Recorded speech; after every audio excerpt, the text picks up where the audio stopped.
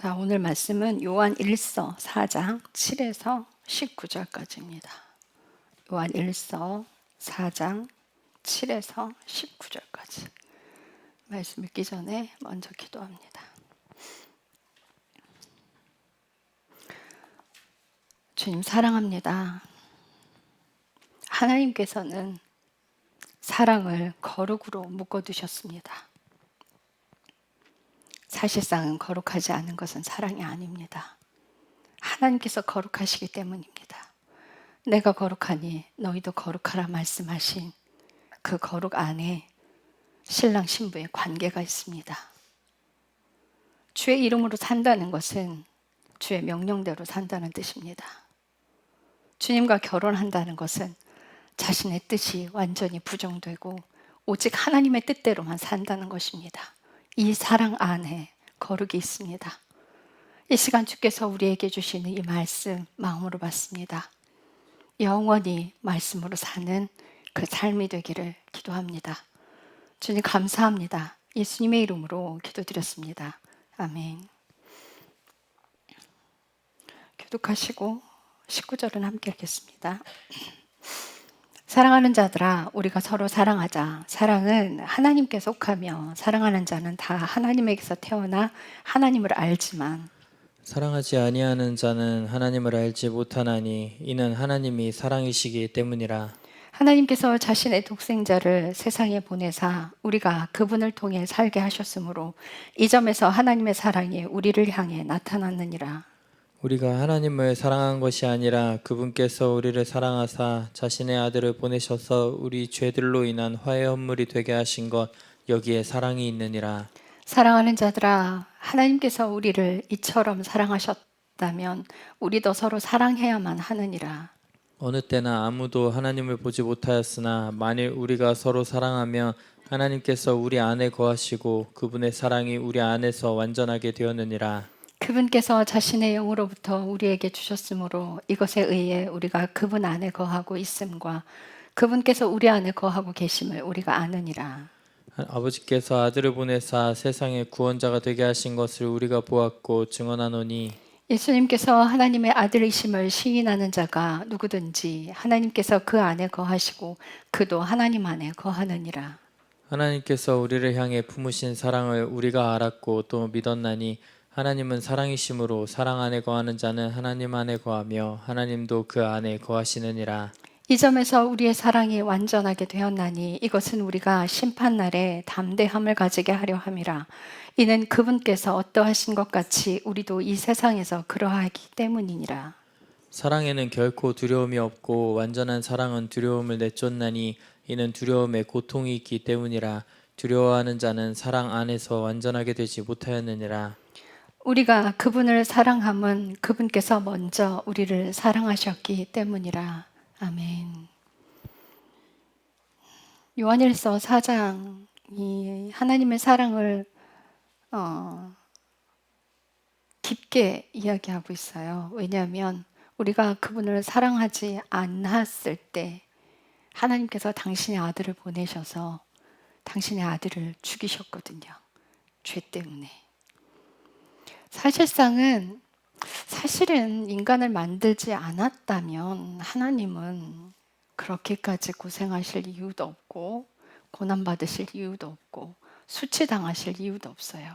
그런데 왜 하나님은 그 당신들만이 함께 완전한 사랑 안에 거하시는 그 사랑을 확대시키고자 하셨을까? 왜 그 사랑을 사람에게 나눠주고자 하셨을까? 그 인간은 이해하기 어려워요, 사실은.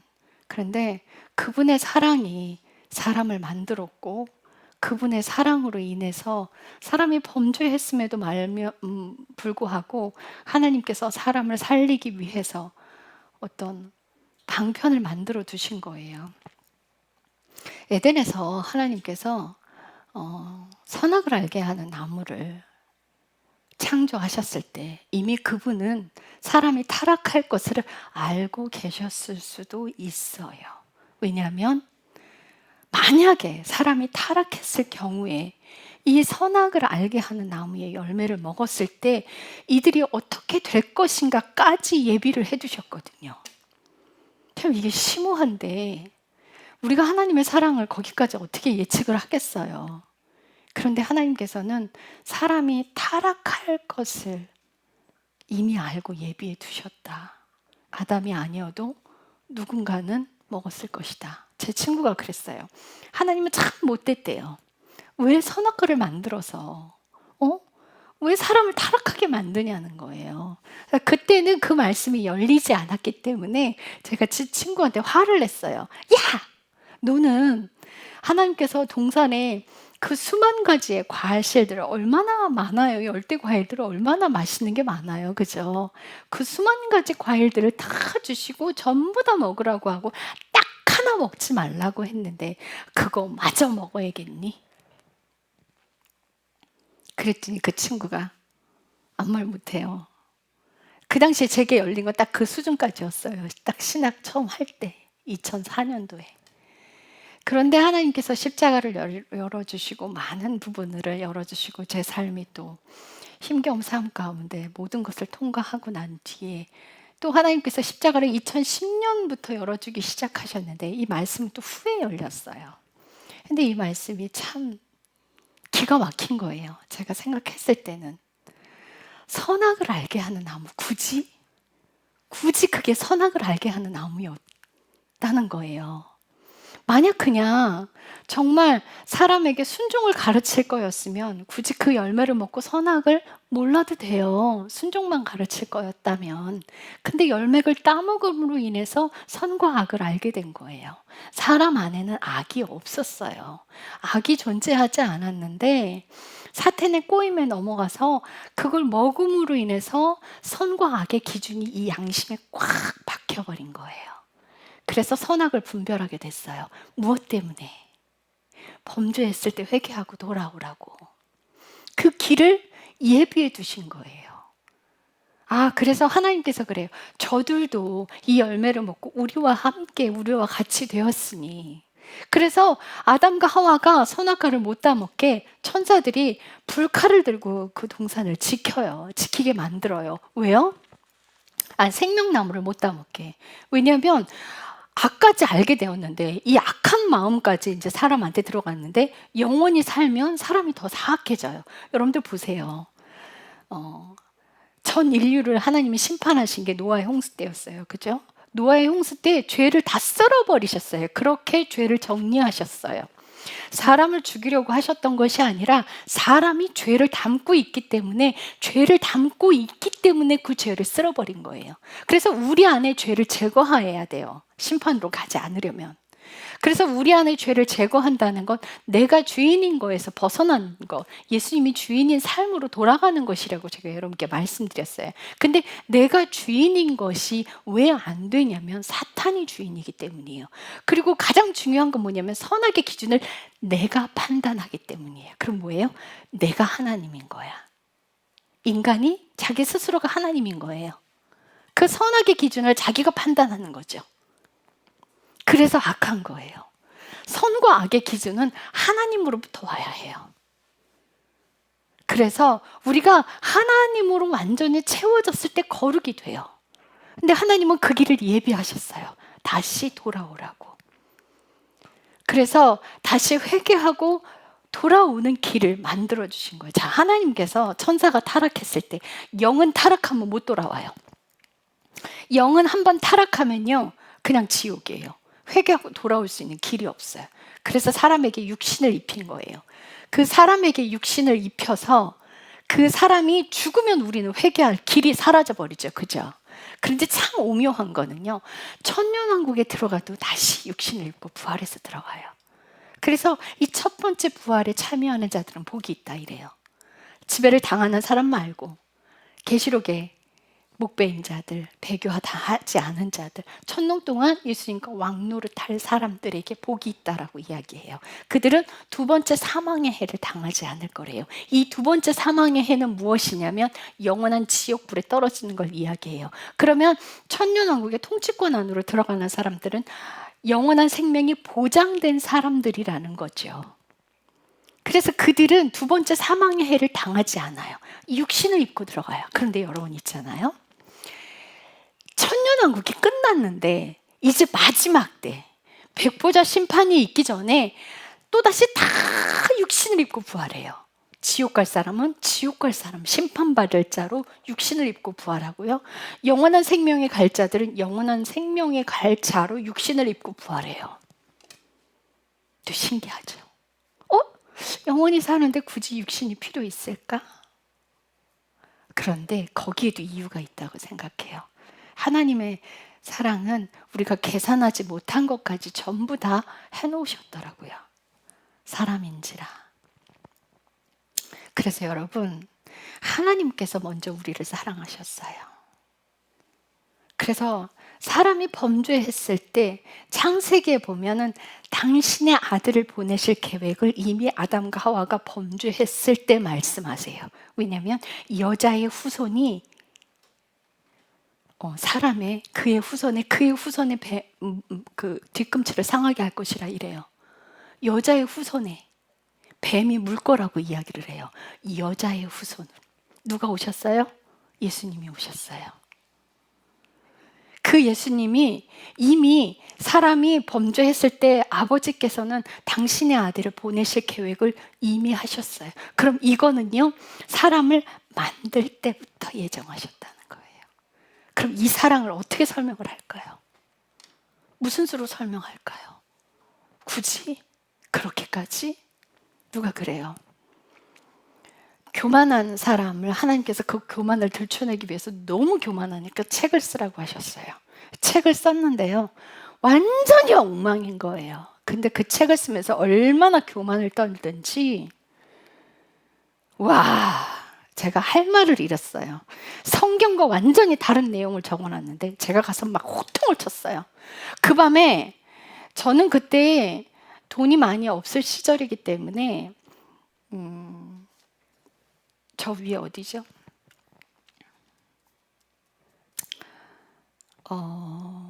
3호선 저 끝. 그쪽이에요. 구파발 그 저 위쪽이에요. 거기서부터 인천 집까지 와야 하는데 이미 끊겼어. 그 집에서 그 책을 보고 자기로 했거든요, 잠을. 그런데 엉망인 거예요. 제가 성경을 끄집어냈어요. 마지막 나팔이 불릴 때 사람이 호련히 변화하여, 그 성경 기절을 끄집어내면서 성경을 걷다가 제가 펼쳐서 막 읽었어요. 그랬더니 그런 성경 기절을 읽는지 몰랐대요. 하나님이 주셨다면서 제가 막 호통을 쳤거든요. 어디 이런 쓰레기 같은 책을. 그런데 그 책을 끝까지 출판했어요. 제가 그날요, 나와서 걷다가 택시 타고 집에 왔어요.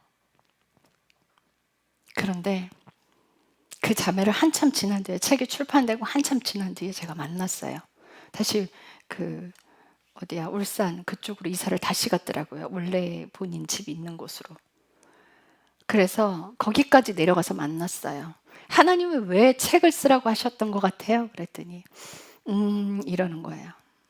당신의 교만을 들추려고. 당신이 얼마나 교만한지 보셨냐고. 이제 그 교만 회개하기 시작해라. 다 비워내라. 바닥까지 다 비워내라. 그랬더니 에이, 그렇게까지 안 해도 돼요. 이러는 거예요. 그때 제가 할 말을 잃었어요. 그렇게까지 안 해도 돼요? 만약 그렇게까지 안 해도 된다면 예수님이 십자가에 그렇게까지 죽으실 이유 없었어요. 우리가 대충 어느 선 정해서 여기까지만 순종하겠다 한다면 예수님께서 당신의 모든 것을 버리고 끝까지 순종하실 필요가 없으셨어요. 왜 예수님은 끝까지 해야 되고 사람은 그렇게까지 하지 않아도 됩니까? 여러분, 교만은요, 엄청난 죄예요. 그거를 거기까지 안 해도 된다고요? 그렇게까지 안 해도 된다고요? 내가 적당한 선을 찾아, 여러분도 순종을 내가 하고 싶은 것만 하고 하기 싫은 걸 안 하면서 순종했다고 자부하고 계십니까? 왜 우리가 범사의 예수님과 대화를 못하는 줄 아십니까? 아브라함은 대화했어요, 평상시에도. 왜 우리는 못할까요? 그런데 내어드리지 않기 때문이에요. 그렇게까지 안 해도 된다는 생각을 품고 있기 때문이에요. 적당한 선을 찾아 이만큼 했으면 순종한 것이다 자부하고 있기 때문이에요. 예수님께서 모든 것을 내어주셨어요. 여기에 사랑이 있느니라. 요한일서 4장에 하신 말씀처럼 여기에 사랑이 있느니라. 뭐요? 우리가 원수 되었을 때, 우리가 죄인 되었을 때, 우리가 깨끗하지도 않았어요. 순종하는 사람들을 위해서 예수님이 죽으신 게 아니에요. 근데 그분이 모든 것을 내어주시고 먼저 사랑하셨어요. 여러분, 사랑은 거룩하지 않은 건 사랑이 아닙니다. 여러분들 성경에는요, 예수님과의 관계를 혼인잔치, 어린 양의 혼인잔치에 비유하고 있고 신랑 신부로 비유하고 있습니다. 그래서 여호수아서 23장 11절에 가면 그러므로 너희는 스스로 매우 조심하여 주 너희 하나님을 사랑하라. 사랑하라고 이야기하고 있어요. 여호수아는. 그리고 하나님의 첫째 계명도요. 마음과 뜻과 생명을 다해서 주 너희 하나님을 사랑하라 해요. 이 사랑의 관계를 말씀하고 계시는데 하나님께서 뭐라고 하시냐면 내가 거룩하니 너희도 거룩하라 말씀하세요. 여러분 똥이 똥끼리 뭉쳐 있으면요 더러운 거 느껴요? 못 느껴요. 그런데 깨끗한 곳에 똥이 있으면요 냄새부터 역하기 시작해요. 노숙자들이요 자기네들끼리 있을 때는 자신의 몸에서 냄새가 나는 줄 몰라요. 그런데요 깨끗한 사람들 주변에 가면 냄새 나는 거 어떻게 알아요? 사람들이 막 다 피해. 사람 안에서도 그러는데요. 하나님이 그 정결하신 분인데 죄를 가지고 어떻게 하나님께 갑니까? 그러니 거룩해야죠. 하나님의 사랑의 조건에는 거룩이 있습니다. 결단코 거룩하지 않은 건 하나님 안에 들어갈 수 없어요. 근데 그 거룩의 조건이 순종이랍니다. 사랑이랍니다. 그 사랑 안으로 들어가는 그 조건이 죄에서 벗어나는 것이랍니다. 우리는 다 양 같아서 그릇 행하여 각기 제 길로 갔거늘 여호와께서는 우리 무리의 죄악을 그에게 담당시키셨도다. 우리가 내 맘대로 내 인생을 꾸려갔는데 그것 때문에 예수님께서 십자가에 죽으셨다고 그래요. 그 죄 때문에. 우리는 내가 행위로 잘못한 것들만 죄로 인식하는 잘못된 의식을 가지고 있어요. 내가 주인인 것이 그게 가장 큰 죄인데 그게 불순종하게 만드는데 내가 주인이라서 적당한 그 선 찾아서 내가 하고 싶은 만큼만 순종하고 나머지 것들은 하나님 노터치 여기까지 오지 마세요. 여긴 내 영역이에요. 이렇게 살고 있는데 온전한 교제가 없이 사랑한다고 자부하고 계십니까? 삶에 아무것도 내어드리지 않으면서 사랑이라고 말씀하고 계십니까? 우리 인생에 거룩이 무엇이라고 생각하고 계세요? 여러분들 거룩을 어떤 기준으로 삼고 계십니까? 첫 번째 거룩하려면 여러분들 행위죄에서 벗어나기 시작해야 돼요. 그래서 잠언 4장 23절에 말씀하신 것처럼 우리 마음을 지켜야 생명으로 갈 수 있는 걸 여러분들 아셔야 돼요. 마음이 다른 곳에 가 있지 않게 마음을 지켜서 그래서 온 마음과 뜻과 생각까지 사로잡아 주 너의 하나님을 사랑하라고 말씀하신 거예요. 그렇게 하지 않으면 사랑할 수 없어요. 그렇게 하지 않으면 적당한 선 찾아서 내가 하고 싶은 거 내가 누리고 싶은 거 따로 떼어놓거든요. 적당하게 그렇게 하나님을 사랑하면서 세상에 한 달이 걸치고 하나님께 한 달이 놓고 사랑한다고 사랑 고백하고 있거든요. 제가 서울신대 처음 갔을 때요. 어린 학생들이 너무 예뻤어요. 막 그 20살짜리, 전 34살인데 막 그 20살짜리 아이들이 얼마나 예쁜지 찬양하는 모습을 보는데요. 막 뛰어다니면서 막 정말 신이 나서 하나님을 찬양하는 거예요.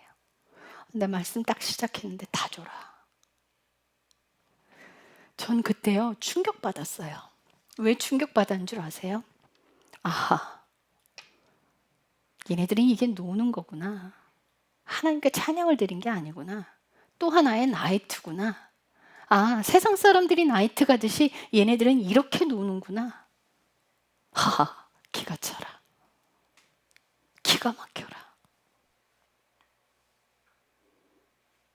그런데 어떻게 얘네들이 신학생이지? 의문이 쏟아지기 시작했어요. 저는 제가 하나님께 불려왔기 때문에, 붙들려 왔기 때문에 퇴행성 관절염으로 무릎을 치셔갖고 신학을 하게끔 정말 붙들려 왔어요. 그래서 신학을 하러 온 사람들은 모두 저처럼 다 붙들려 온 사람인 줄 알았어요. 그런데 아니더라고요. 어떤 학생은 자기가 너무 사람을 웃기는 걸 잘한대요. 그래서 부흥 강사가 될 거래요. 어찌나 화가 나든지. 야, 너 왜 여기 왔냐? 가서 개그맨 하러 가. 우습냐? 이 길이 우습냐? 너 목사가 되려면 바닥에서 켜야 돼. 너 목사 되려면 네가 산산이 부서져야 돼. 네가 목사가 되려면 험한 꼴, 힘든 꼴 다 당해도 아무 말 하지 말고 그 자리에서 하나님만 찾아야 돼. 그런데 뭐? 우스갯소리 하러 다닌다고? 네가 대우받고 다니겠다고? 그래서 제가 그 학생한테 그랬어요. 너 나가. 너 나가. 너 신학하지 마. 가서 하나님하고 붙들고 씨름해서 네가 받아갖고 와. 너 하나님이 가라 그러면 그때 와. 어디서 사꾼 목사가 되겠다고. 저 진짜 깜짝 놀랐어요. 출세하겠다고 사람 뒤에 줄 서지 마세요. 명예 따라가지 마세요. 외로운 길이어도 예수님만 붙들고 가십시오. 그 삶 가운데 거룩이 있습니다. 그 인생 가운데 거룩이 있어요. 거룩해야만 예수님과 결혼할 수 있어요. 거룩하지 않으면 암아파 옷을 입을 수가 없답니다. 계시록 19장 7에서 9절 가봅시다. 계시록 19장.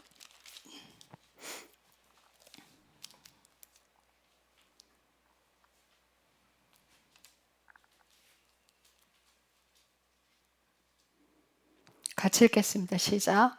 우리가 즐거워하고 기뻐하고 그분께 존귀를 돌리자. 어린 양의 혼인잔치가 다가왔고 그분의 아내가 자신을 예비하였도다.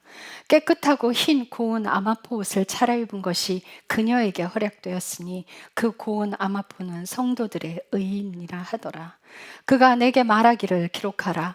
어린 양의 혼인 만찬에 부름받은 자들은 복이 있도다 하고 또 내게 이르되 이것은 하나님의 참된 말씀들이라 하기에 마지막에 예수님의 신부로 단장한 정말 고운 아마포 입은 옷을 입은 성도들은 그냥 흰옷이 아니에요. 이거는 성도들의 의예요.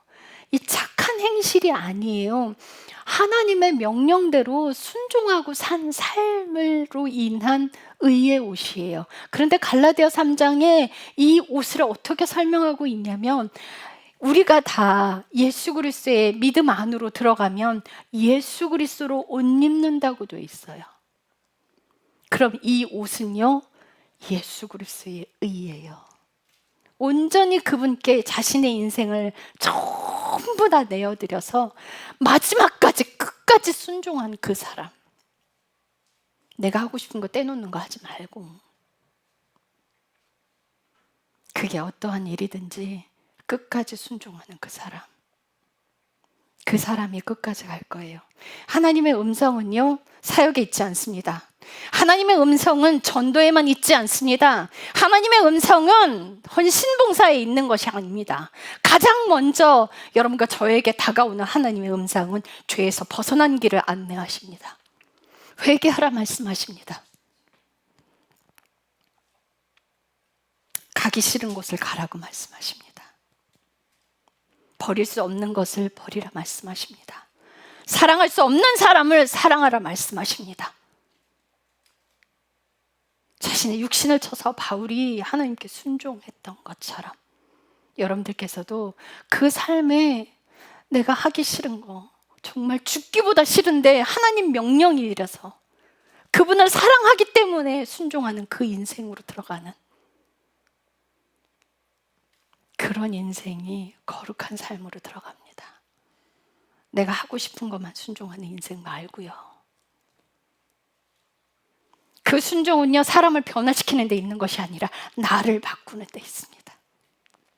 내가 상대를 변화시키기 위해서 내가 희생하는 것이 아닙니다. 내가 변하기 위해서 내가 죽어지는 길을 가는 것입니다. 이게 거룩으로 가는 길이에요. 그래서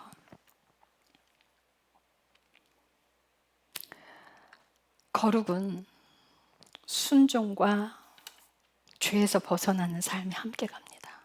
순종도요, 내가 하고 싶은 것에서 벗어나는 것, 내가 주인인 것에서 벗어나는 삶이고요.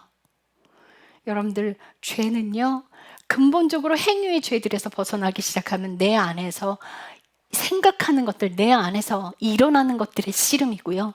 그 씨름으로부터 하나님께서 명령하는 것으로부터 하나하나 순종하기 시작하면 내가 주인인 것에서 벗어나는 인생을 가게 돼 있어요. 이거는 분리되어 있지 않아요. 하나로 연결되어 있어요. 이 삶이 여러분들 거룩으로 안내할 것이고, 이 삶이 여러분들 예수님의 신부로 완성시킬 것입니다. 자, 로마서 5장 19절.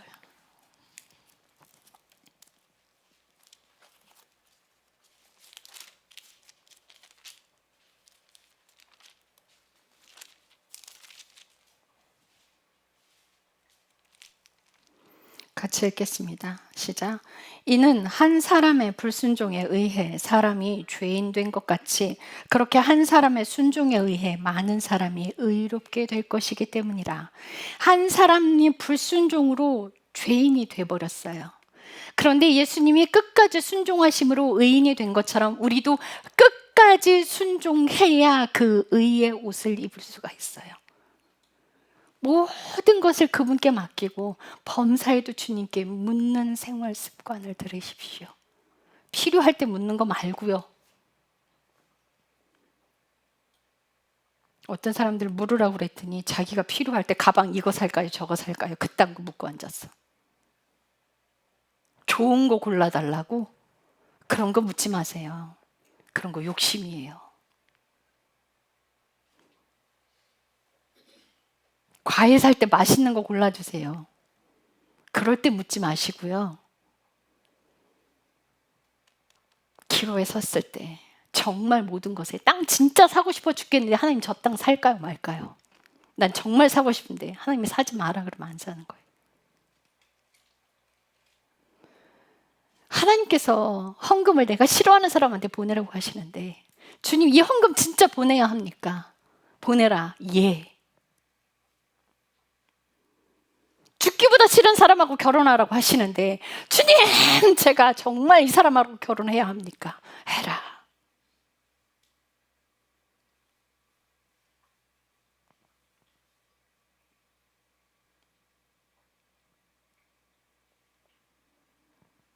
그런 거 물으셔야죠. 그런 거 물으셔야죠. 저 남편이 너무너무 미워요.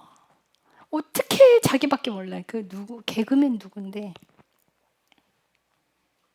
이름이 기억이 안 나네요. 그분이 이혼을 하려고 마음을 먹었어요. 이혼을 하려고 마음을 먹었는데 이제 그분은 그 안에서 다루어져야 되죠. 다루어져야 되니까 하나님 저 정말 못살겠어요. 이 남자랑 이혼할 거예요. 그랬더니 하나님께서 우리 결혼할 때 성혼 서양문 그거를 기억나게 하시더래요. 기쁠 때나 슬플 때나 고난이 올 때나 아플 때나 즐거울 때나 끝까지 함께 하겠습니다. 너 그렇게 서약했잖아. 그런데 하나님 저 남자는요 자기밖에 몰라요. 너 그렇게 서약했잖아. 그걸 떠오르게 하시더래요. 그래서 포기했대요. 이혼하는 것을. 그래서 그 삶을 살고 기도를 하는데 자기 죄가 그렇게 들춰지더래. 순종을 했더니. 그래서 회개하는 인생을 계속 사시는 거예요. 여러분 하나님의 명령에 순종을 하면요 자기네 자신의 모습을 보게 돼 있어요. 근데 그 인생을 살면요 너무너무 이기적인 사람이 돼버려요. 그런 인생을 안 살면 진짜 뿌리까지 이기적인 사람 돼요.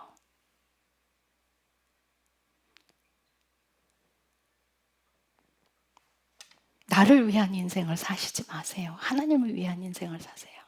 입술로만 그렇게 서약해서 하나님을 위해서 살겠다고 하고 내 뜻대로 사는 인생, 버려지는 인생 사지 마십시오. 예수님께서 끝까지 순종하셔서 생명으로 우리를 인도한 것처럼 우리도 끝까지 순종해야 생명으로 갈 수 있습니다. 그분의 명령대로 순종하는 그 삶이 생명으로 가게 해요. 요한복음 3장 36절.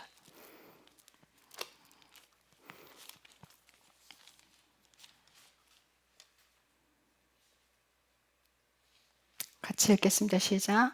아들을 믿는 자에게는 영존하는 생명이 있고 아들을 믿지 않는 자는 생명을 보지 못하며 도리어 하나님의 진노가 그 위에 머물러 있느니라. 이것보다는 제가 개역개정, 이 구절은 개역개정이 더 옳아요. 제가 읽어드릴게요.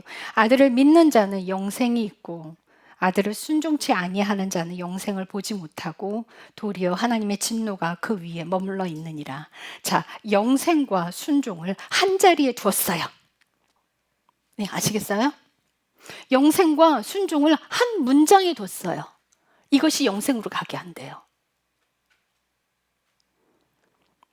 믿음과 순종과 영생은 하나로 연결돼 있어요. 요한복음 6장에 하나님의 일은 예수 그리스도를 믿는 것이래요. 예수 그리스도를 믿는 것이란 그 믿음 안에는요 굉장히 많은 것들이 내포되어 있습니다. 머리로만 믿는 것이 아니에요. 삶에서 살아내는 걸 믿음이라고 얘기해요. 돈이 하나도 없는데 내가 너 먹이고 입힐 거 아니? 정말 당장 곡기가 끊어지는데 사람에게 구걸하지 마라. 너 믿니? 믿어지십니까? 그럼 한 발짝도 움직이면 안 돼요. 입술 벌려 구걸해서도 안 돼요. 누구죠? 내려놓은 책 쓰신 이용규 선교사님. 그 선교사님께서 교회에 가는 곳마다 이제 학교에 돈이 너무 많이 들어가니까 학교에 후원을 계속 이야기를 했어요. 근데 어느 순간 하나님께서 그러시더래요. 너 구걸하니? 너 구걸하니? 왜 가서 그렇게 이야기를 해요? 불안하니까. 이 불안은 어디로부터 와요? 하나님을 믿지 못하는 곳으로부터 와요. 많은 사람들이 선교 지나가면서 선교 편지 돌려요. 통장 온라인 번호 싹 다 적어서. 하나님을 믿지 못하니까 이 믿음 없는 행동들이에요. 만약 내가 아무것도 안 해서 하나님께서 나를 먹이고 입히시는 걸 내가 믿고 나갔는데 먹을 게 없어. 그럼 굶어야 되는 거예요. 그 안에서 또 배울 게 있는 거예요. 그 안에서 회개하며 지나가야 되는 시간들이 있는 거예요. 필요해서 하나님 그렇게 하시는 거예요. 그런데 저는 굶어본 적이 없어요.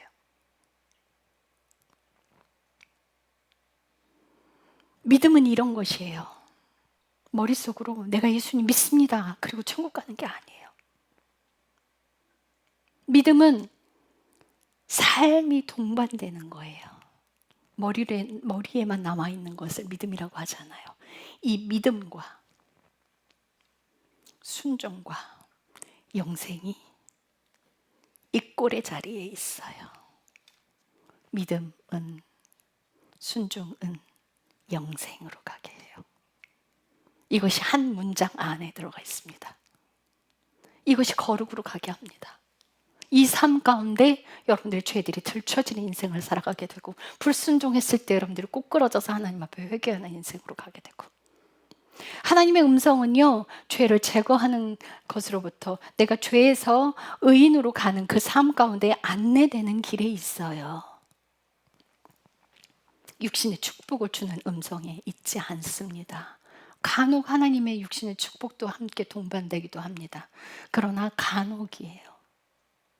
간혹이에요. 그게 주된 목적이 됐다면 여러분들 지옥 가요. 하나님의 육신을 살리는 일을 결단코 하지 않으십니다. 오히려 육신을 죽이는 일을 하십니다. 육신을 죽인다는 건 내 자아가 죽는 것을 뜻해요. 육신을 죽인다는 건 내 욕심이 죽는 걸 뜻해요. 내가 없어지는 걸 뜻해요. 자기 부인을 뜻해요. 내가 대우받지 못하는 것을 뜻해요.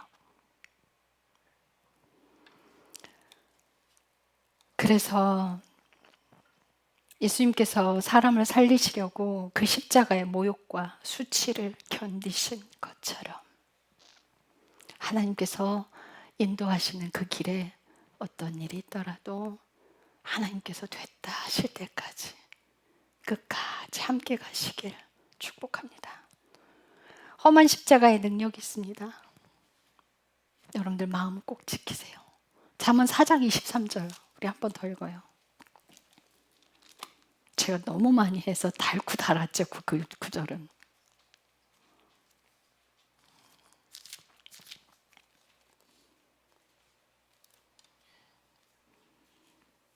잠언 4장 23절 같이 읽겠습니다. 시작. 열심을 다해 내 마음을 지키라. 생명의 산물들이 거기에서 나오느니라.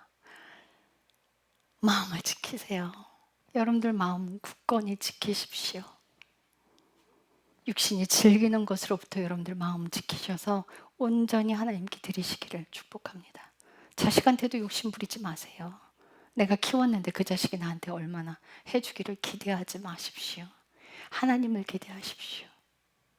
그 하나님과 함께 끝까지 동행하시기를 축복합니다. 기도하겠습니다. 주님 사랑합니다. 무엇으로 우리가 갚을 수 있겠습니까? 하나님의 계획 우리는 설명할 수 없습니다. 하나님께서는 각 한 사람을 위해서 영원한 생명까지 끝까지 당신의 모든 것을 투자해서 일하고 계십니다. 누구보다도 더 기다리고 고대하시는 분이 영원한 생명 그 나라가 오기까지 사탄이 제거되고 완전한 하나님의 통치가 있는 그날을 누구보다도 고대하시는 분은 하나님이십니다. 그 하나님의 계획 안으로 들어가기를 원합니다. 하나님의 사랑은 거룩입니다. 거룩하지 않은 건 하나님께 갈 수 없고 사랑이 아닙니다. 내가 거룩하니 너희도 거룩하라 말씀하신 그 생명의 말씀 안으로 들어가기를 기도합니다. 주님 사랑합니다.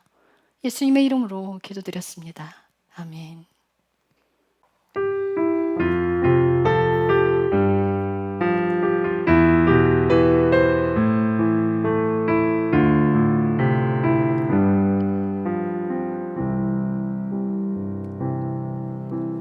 오직 주의 은혜로 지금 여기 서 있네. 한없는 경배 한없는 찬양 내 영혼 예배 드리네. 나를 위하여 이 땅에 오신 주의 그네 십자가